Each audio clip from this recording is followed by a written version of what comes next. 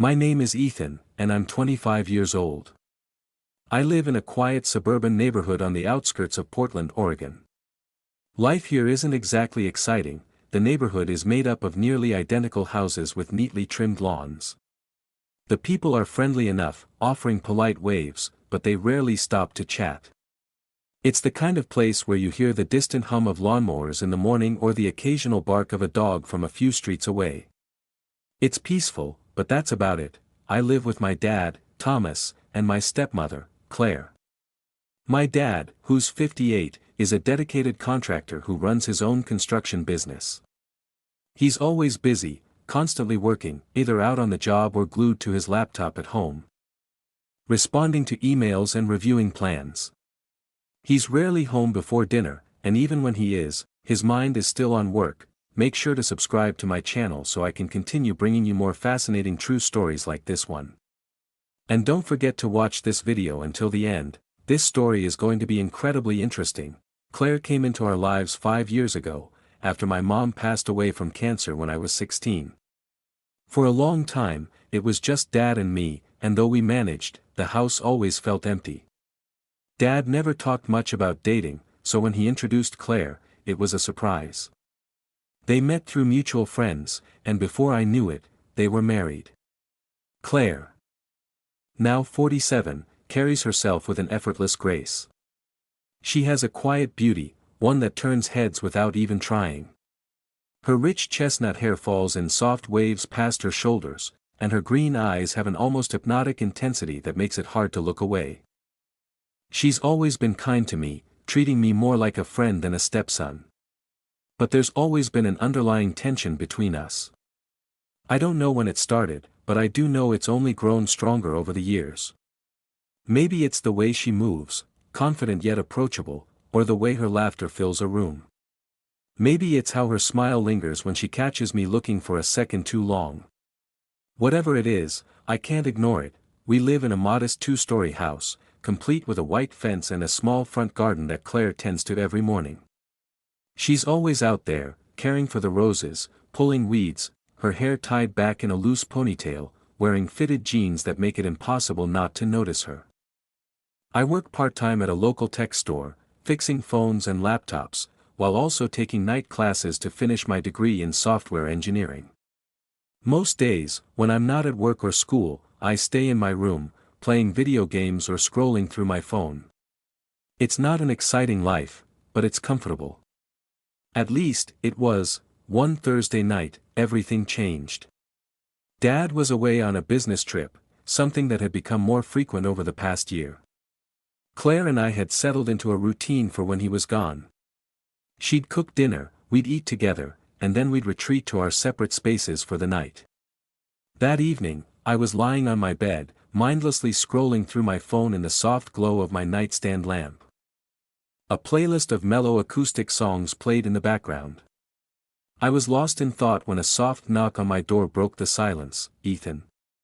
Claire's voice was gentle, almost hesitant. I hadn't locked the door, and before I could respond, she was already standing inside, carrying that effortless grace she always had.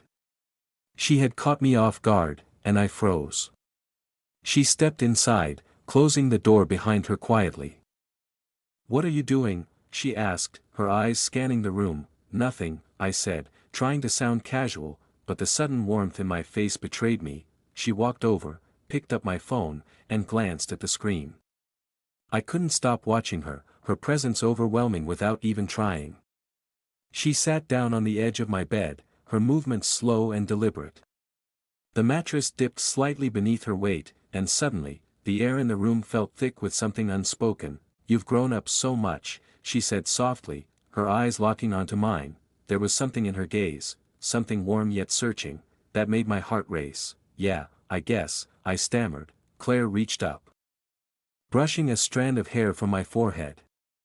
Her touch was light, but it sent a shiver down my spine.